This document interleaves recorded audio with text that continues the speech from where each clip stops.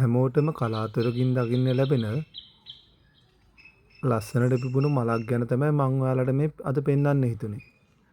ඔයාලා කෝමාරිකා ගස් හැම ගෙදරකම වගේ වැව්වට කෝමාරිකා ගහේ මල් දැකලා නැහැ නේද? මේක සාමාන්‍යයෙන් හොඳටම හැදුණු හොඳ සෞඛ්‍ය සම්පන්න කෝමාරිකා ගස්වල අවුරුදු 2කට විතර සැරයක් මල් පිපෙනවා.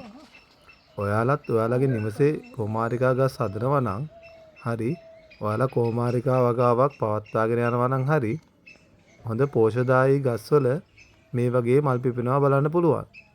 මේ මලේ තියෙන විශේෂත්වය තමයි උදේට මේ පොට්ටු වගේ තියෙන මල දිගැරිලා කුමිසත්තුන්ව ආකර්ෂණය කරගන්නවා. ඒ වගේම හවසටත් ඉර බැහැගෙන යන වෙලාවටත් මේ මල ඒ විදියටම කුමිසත්තුන්ව ආකර්ෂණය කරගෙන ඒකට ඇදලා ගන්නවා. ඉතින් මේ වගේ කෝමාරිකා මලක් හරිම දුර්ලභ හින්දා තමයි මං ඔයාලට මේ වීඩියෝ එක ගේන්න හිතුනේ.